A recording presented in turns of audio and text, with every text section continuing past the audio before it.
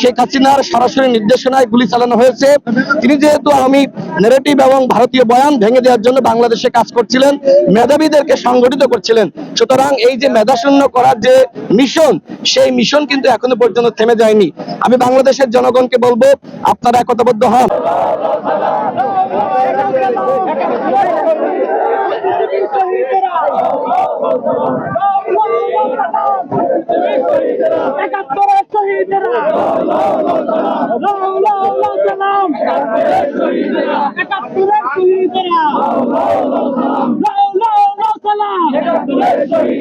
অধিকারের পক্ষ থেকে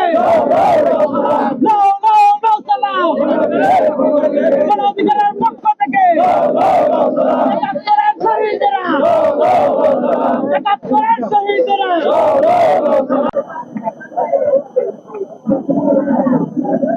স্বাধীনতার আগেই যে বাংলাদেশকে মেধাশূন্য করা হয়েছে সেটি নয়, বরং এই 54 বছর ধরেই কিন্তু বাংলাদেশকে মেধাশূন্য করার একটি চক্রান্ত ছিল। সর্বশেষ দেখলাম যে আমাদের একজন মেধাবী বিপ্লবী সন্তান, যিনি ভারতীয় আধিপত্যবাদ এবং আওয়ামী ন্যারেটিভের বিরুদ্ধে যিনি লড়াই করছিলেন, আমাদের ভাই উসমান হাদি, তাকে কিন্তু গুলি করে হত্যার উদ্দেশ্যে গুলি করেছে আওয়ামী দুর্বৃত্তরা। এবং উসমান হাদিকে আমরা মনে করি যে শেখ হাসিনার সরাসরি নির্দেশনায় গুলি চালানো হয়েছে। তিনি যেহেতু আওয়ামী ন্যারেটিভ এবং ভারতীয় বয়ান ভেঙে দেওয়ার জন্য বাংলাদেশে কাজ করছিলেন, মেধাবীদেরকে সংগঠিত করছিলেন, সুতরাং এই যে মেধাশূন্য করার যে মিশন, সেই মিশন কিন্তু এখনো পর্যন্ত থেমে যায়নি। আমি বাংলাদেশের জনগণকে বলবো, আপনারা একতাবদ্ধ হন। আরেকটি বিষয় বলে শেষ করি, দেখেন, আমি অত্যন্ত ব্যথিত, আজকে ফ্যাসিবাদের দোসর জাতীয় পার্টি এখানে আওয়ামী লীগের নেতা কর্মীদেরকে সংগঠিত করে আজকে আমার বুদ্ধিজীবীদেরকে শ্রদ্ধা জানানোর জন্য এখানে এসেছে।